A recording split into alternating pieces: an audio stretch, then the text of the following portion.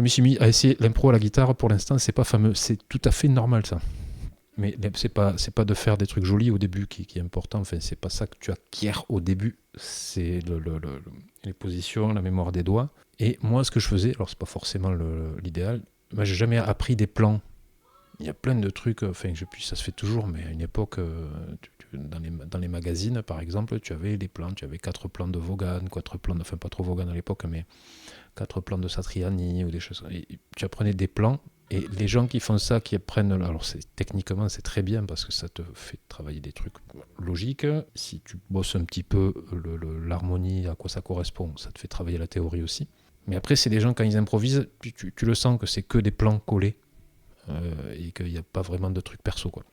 Donc moi, ce que je faisais à l'époque, j'avais 2-3 disques, 2-3 CD, notamment celui-là, Ici Was Here, de Clapton, où il y avait un morceau, je ne sais plus lequel c'était, où c'est un blues de chez Blues, quoi. Blues classique de chez classique. Et j'ai improvisé beaucoup sur ça. J'aime pas quand c'est improvisé comme ça. Après, l'impro, pour moi, l'impro abordable, c'est l'impro blues.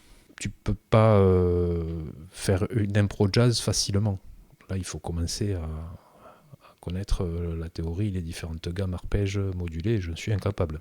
Enfin, je sais pas si t'aimes ça déjà à la base comme musique, mais après, tout ce qui est rock, tout ce qui est hard et tout ça, ça vient quand même, il y a toujours des racines blues, tu vas toujours retrouver de la penta et tout, mais pour commencer, c'est normal que ça sonne un peu le cul ce que tu fais. Il faut pas se décourager. Ah, d'accord.